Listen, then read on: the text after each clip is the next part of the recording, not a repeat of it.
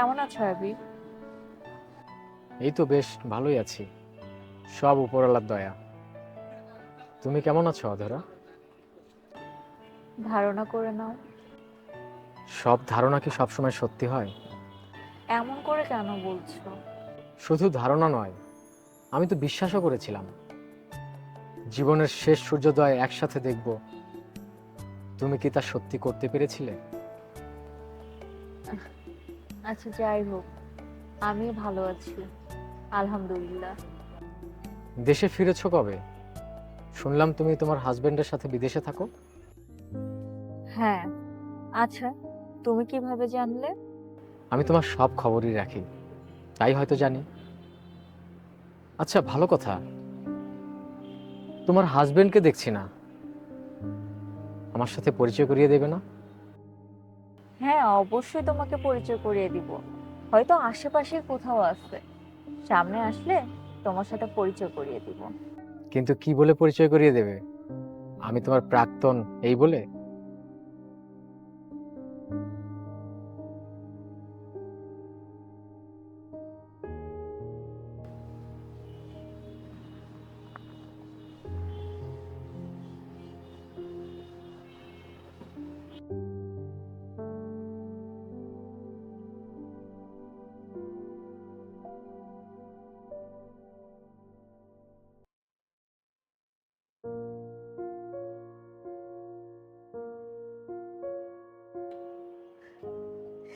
Wow, what a beautiful place! জায়গাটা অনেক সুন্দর।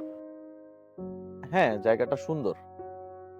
আচ্ছা, একটা কাজ করি, চলো না ওই সাইডে না কাশফুলের বাগান আছে, আমি ওইখানে যে কয়টা ছবি তুলবো। চলো না যাই। কাশবনের মধ্যে অসম্ভব সুন্দরের কি দেখলে? তোমার সবকিছুতেই বাড়াবাড়ি অধরা। আচ্ছা, তুমি আমার সাথে এরকম করো কেন বলো তো?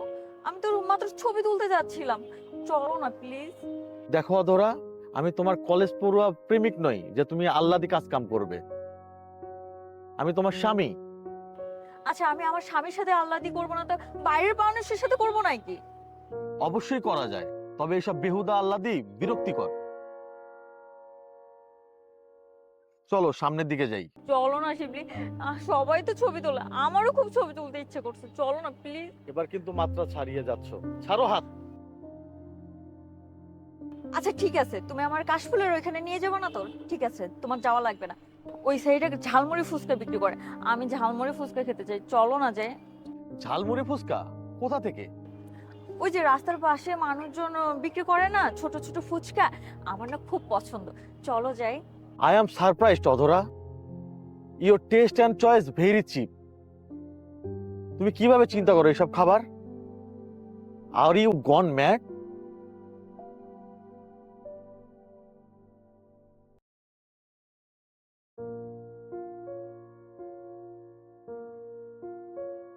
কি হলো, এমন মুখ করে তাকিয়ে আছো কেন? কিছু না।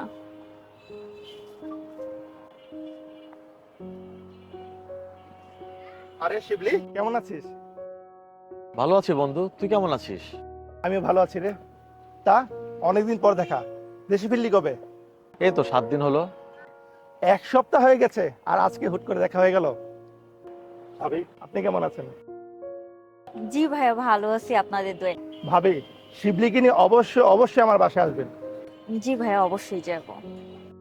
অধরা, তোমার মন চাইলে তুমি কাশফুলের সাথে রং ঢং করতে পারো, চাইলে রাস্তার ওই নোংরা সস্তা খাবার খেতে পারো, তবে যা করবে একা একা।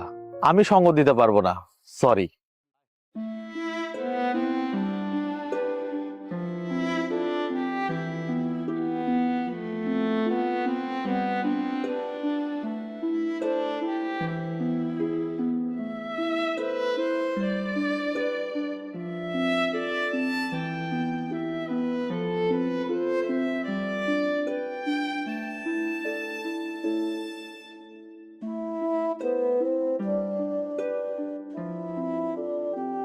কি হলো অধরা, কি ভাবছো? কই কিছু না তো। তুমি কি জব পেয়েছো? কি করছো এখন? জব তো পেয়েছিলাম তোমাকে হারানোর আগেই। তুমি হয়তো ভুলে গেছো, তোমার পরিবার বলেছিল 40,000 টাকা বেতনের ছেলের কাছে তোমাকে বিয়ে দেবে না। তুমিও সেদিন চুপ ছিলে তোমার হবু বরের বেতন লাখ টাকার কথা শুনে।